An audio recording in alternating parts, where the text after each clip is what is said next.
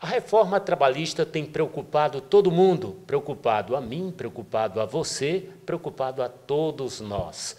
A reforma da Previdência também, porque envolve todo mundo.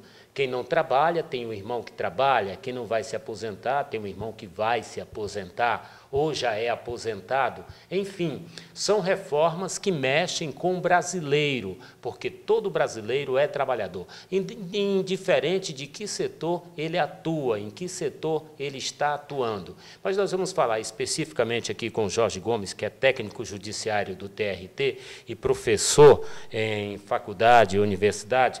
O Jorge Gomes vai tentar explicar para a gente quais os efeitos e quais os objetivos dessa reforma trabalhista. Nós vamos falar exclusivamente sobre a reforma do trabalho. Bom, nós estamos vivendo um momento de transição sério, um momento de transição onde uma lei de 1943 realmente precisa de sofrer reparos. Hoje, a maioria das decisões tomadas nos tribunais, varas de trabalho, elas são baseadas em orientações jurisprudenciais, em súmulas que são editadas no Tribunal Superior do Trabalho, e muitos pontos são necessários. Mas nós estamos, assim, nesse momento, recebendo, com esse projeto de lei de reforma trabalhista, estamos colocando em prática, inclusive, muitas coisas aliás, não colocando em prática, mas colocando na lei muitas coisas que, na prática, elas já existem, né? Nós, por exemplo, um dos pontos, porque nós temos que pensar por pontos. A hora extra, por exemplo, hoje é um dos carros-chefe de reclamações trabalhistas. Então, nós temos a legislação que fala que o trabalhador pode laborar por 8 horas, e podendo ter, no máximo, 2 horas diárias, e que são consideradas como horas extras, né? Então, o que ultrapassar a 8ª diária é extra, o que ultrapassar a 44ª semanal é contado como hora extra, e abre-se-á a possibilidade agora de trabalhar até 12 horas numa única jornada, desde que o trabalhador tenha, após essa jornada, 36 horas de folga. Isso seria a institucionalização do que já é tratado como aquela jornada de 12 por 36. E que isso acontece até na esfera estadual, federal. Exatamente, esse é um exemplo, né? Então, essa reforma, ela, como já te falei, ela é necessária.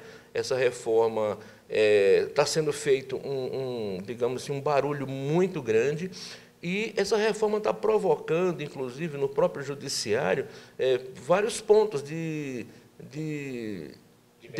desentendimento mesmo. Alguns magistrados entendem que não haverá muito problema. Já nessa semana, só me engano, ontem, o ministro Godinho, lá do Tribunal Superior do Trabalho, que é uma das grandes autoridades trabalhistas do país, disse que a lei, ele usou uma expressão, disse que a lei ela não provoca mudanças de impacto agora no começo, mas ela foi feita com a inteligência que ele chamou de inteligência sagaz, que, com o passar do tempo, ela vai retirar alguns direitos do trabalhador, coisas que foram conquistadas ao decorrer do tempo. Ele dá como exemplo disso a jornada intermitente, que é uma coisa nova da lei, onde o trabalhador ficará em casa e só receberá pelas horas trabalhadas, e ele, para trabalhar, ele terá que ser convocado pelo empregador pelo menos 3 dias antes para que ele possa trabalhar. O trabalhador não teria condições de saber quanto ganharia esse salário. Fosse abrir ele uma conta no banco e perguntasse qual é o seu salário, ele não teria condição de saber. O trabalhador intermitente, eu não sei quanto ganha. Não sabe quanto ganha, porque você não sabe quanto tempo você vai trabalhar por mês. Então, é uma situação que, com o passar do tempo, isso pode realmente provocar prejuízos, né? E talvez duas grandes situações que eu entendo nessa mudança é aquela obrigatoriedade que existia na contribuição sindical, que não mais existirá se passar do jeito que está, certo? Então, isso tem provocado um grande burburinho no âmbito dos sindicatos. A atuação sindical, ela é importante. Existem sindicatos no país hoje que são famosos pela sua força. Eu vou dar como exemplo os sindicatos bancários. Os sindicatos bancários, todo ano, ele consegue trazer para os seus sindicalizados a maioria das suas reivindicações.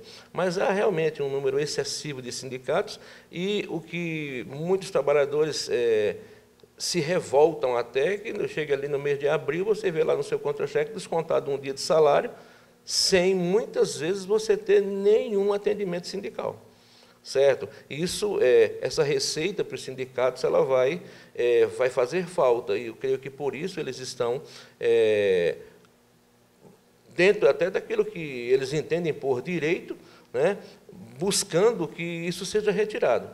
Agora, eu entendo que esse excesso de sindicatos, já tivemos aqui ações de sindicatos nessa mesa de sala de audiência, onde quem está do outro lado não sabia nem que o sindicato existia.